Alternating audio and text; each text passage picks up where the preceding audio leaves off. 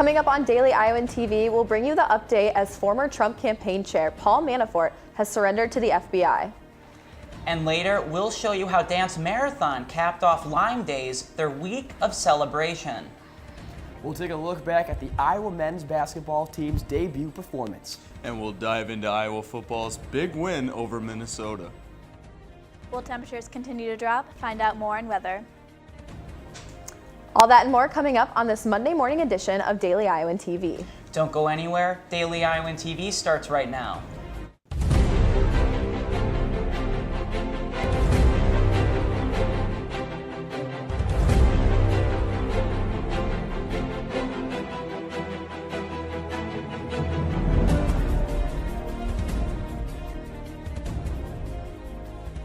Good morning and thank you for tuning in. I'm Ethan Gutstein. And I'm Alexis Tanzi.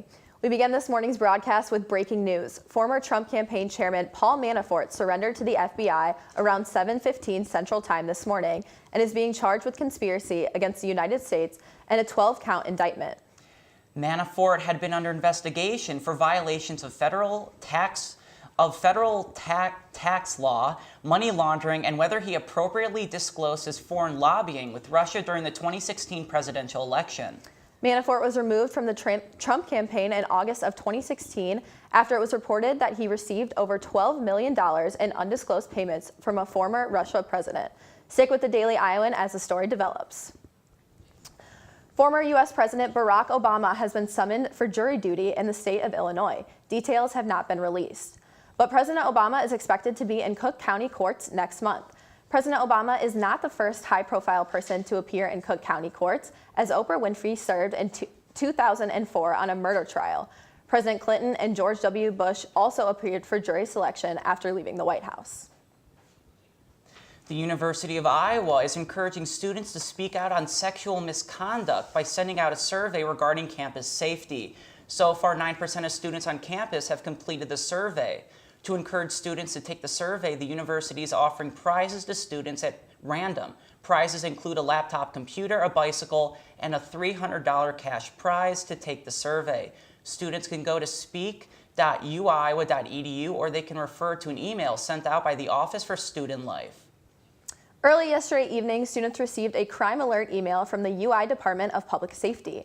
The warning addressed two separate reports of sexual assault that occurred over the weekend. Both incidents occurred at parties off campus late Saturday night or early Sunday morning. No additional information was released. Iowa City Police are in search of a man who robbed Come and Go on 731 South Riverside Drive at about 3:51 Friday morning. The suspect is described as a 5-foot 9-inch male wearing blue jeans, a black hooded sweatshirt, and a smiley face mask. The man showed a knife and demanded an undisclosed amount of cash from the store clerk on duty. The store clerk has not been injured, and Iowa City Crime Stoppers are offering a $1,000 reward for information leading to their arrest. The University of Iowa's Dance Marathon just wrapped up Lyme Days, a celebration of all things Lyme, the organization's official color, and everything Dance Marathon. The week was filled of events to not only celebrate the organization's accomplishments, but to recruit new dancers. On Tuesday, a day aimed towards recruitment, Dance Marathon recruited 260 new dancers in a day, and that's a record for the organization. To wrap up Lyme Days in a big way, Dance Marathon held their second annual Runway of Hope Kiddo Fashion Show. Daily Iowan TV reporter Mackenzie Cooper has the story. Lights, music, kiddos.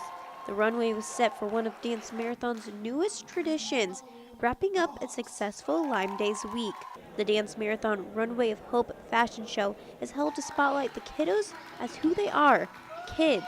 While modeling fashion from the latest trends, this gave them a break from all the worries and stress of being sick. The disease itself, cancer, it's an ugly disease, and we want to let them know that this opportunity gets them either out of the hospital, out of their homes, and they can feel appreciated and ready and also have a little bit of fun.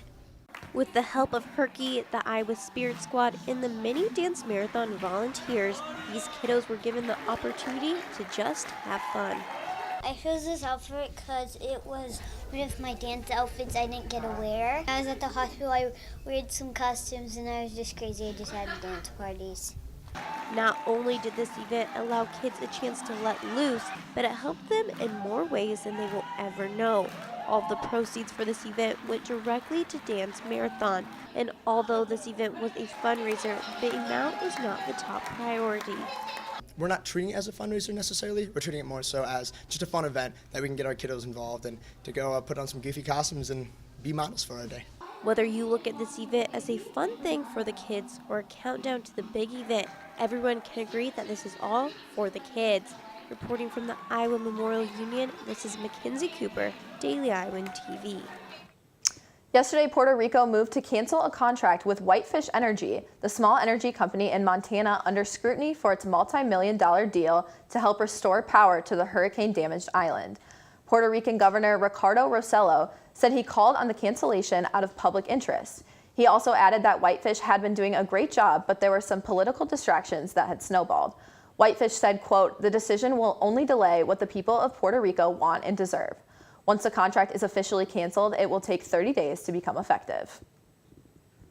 Well, Ethan, at the football game this weekend, I was bundled up because it was so cold outside. Yeah, it was so cold. I go to football games all the time. It was so cold that I just watched the game from my apartment. I really hope it's warmer for the Ohio State game. Let's toss it over to Susanna in the weather studio to find out more about what the weather this week. Thanks, Ethan. The forecast for this week is looking to be fairly mild. Today, we will see clouds and gusts of wind up to 30 miles per hour with only a high of 46 degrees. So be prepared for a chilly Monday. Tuesday, the sun will come back out for Halloween, but unfortunately, the temperatures will not warm back up for trick-or-treating in Iowa City Tuesday night, as we are expecting a low of 29 degrees. Now let's take a look at our 5-day forecast. The rest of the week is going to be a bit colder, warmer than last week, thankfully. We are looking at temperatures ranging from the 50s to the lower 60s with clouds passing through our skies. Saturday, we may see some light showers during the day, and on Sunday, the high will increase to 68 degrees with the chance of scattered thunderstorms starting in the afternoon and lasting into the evening hours to the end of your weekend. And since Halloween is tomorrow, you may be wondering how to keep warm without having to cover up your costume if you're headed out to celebrate. One of the best ways to stay warm in these colder temperatures is to layer clothes underneath your costume. I would suggest thermal wear because they hug your body to keep the heat in. The next best way to keep from getting cold is by trying to plan ahead for the weather and wear a costume that is warm, such as a furry animal, the Easter Bunny, a mummy, or even Santa if you wanted to stay extra warm. The last tip I have for you is to keep moving for outside. Take an Uber, a Lyft, or even the CAN bus if you have to walk somewhere, and stay inside as much as possible to lower the risk of catching a cold. Have a happy Monday, Hawkeyes. Alexis and Ethan, back to you. Thanks, Susanna. On Friday evening, the Creepy Campus Crawl held their annual event on the Pentecrest. Daily Iowan TV reporter Jahisha Thomas was there for the event. Children were flooding in and out of the Pentecrest for the Creepy Campus Crawl that was held Friday evening. It began 11 years ago here in the Natural History Museum, where it started as a volunteer thank you party that was welcome to the public. Since then, the event has seen more popularity, success, and has grown each year. Last year we had over 800 people, and the year before that we had several hundred people, and so I'm not sure how many. We've had over a couple hundred people already, and we're not even halfway done with the evening. So each year is symbolized with a different theme, and for 2017 it was superheroes that flew to Pentecrest in Iowa City to enjoy all of the festives that Halloween had to offer. What are you most excited about? Candy. Candy? Yeah, that's the only thing I'm excited about. And that's the only reason I wanted to come here. Amazing. So once again, proving its growing interest to kids, the Creepy Campus Crawl catered to horror, decorations, but not at all forgetting the candy. Reporting from the Daily Iowan TV, this is Jahisha Thomas.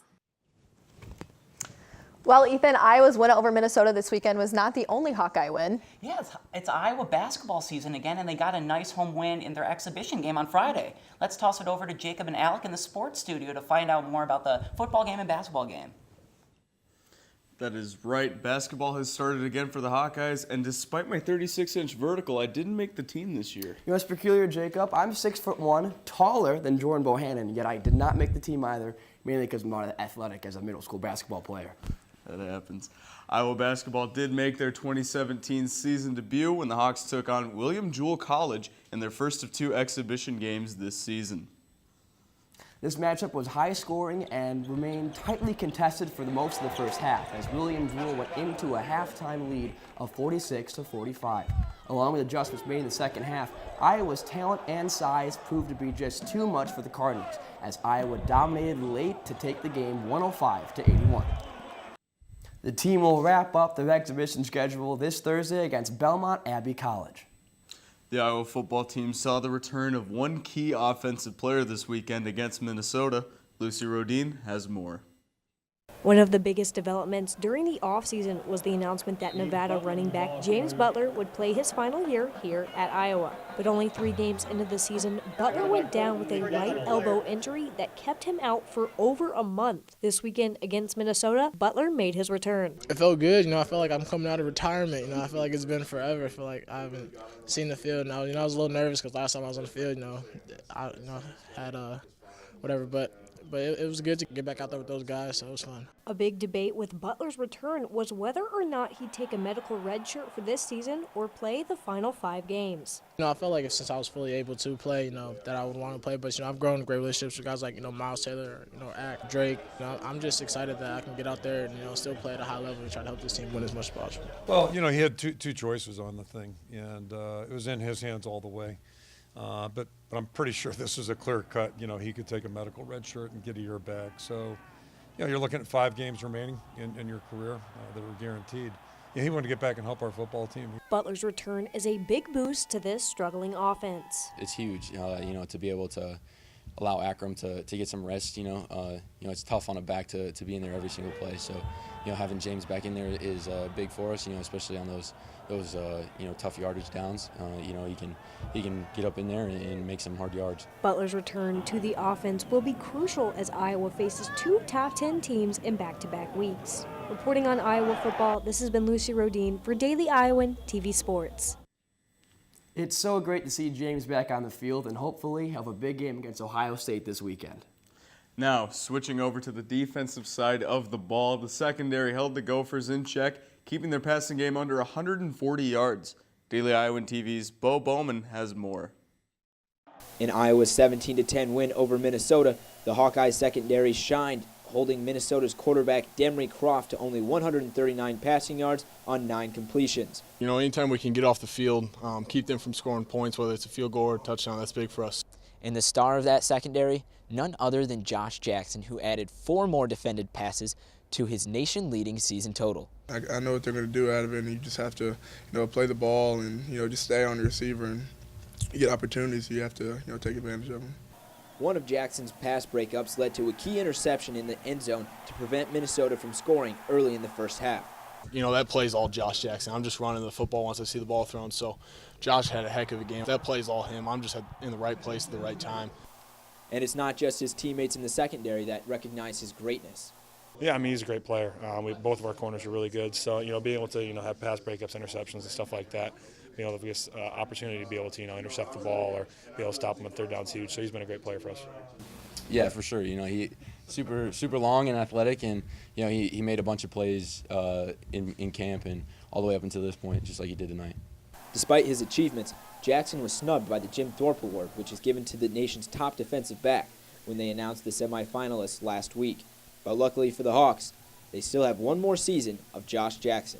All the credit goes to Josh Jackson, number 15. From Kinnick Stadium, Bo Bowman, Daily Iowan TV Sports. The Hawks will stay in Iowa City this weekend to host the Ohio State Buckeyes.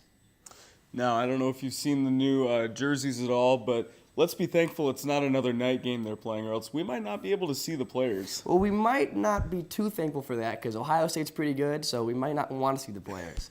That's it for us in the sports studio. Be sure to tune in tonight for Around the Big Ten with Lucy Rodin and Natalie Akpatelli. And tomorrow, a look at Iowa football's no-offense bounce-back performance. Guys, back to you. Well, that's all we have for you today. I'm Alexis Tansey. Have a good day, Iowa City.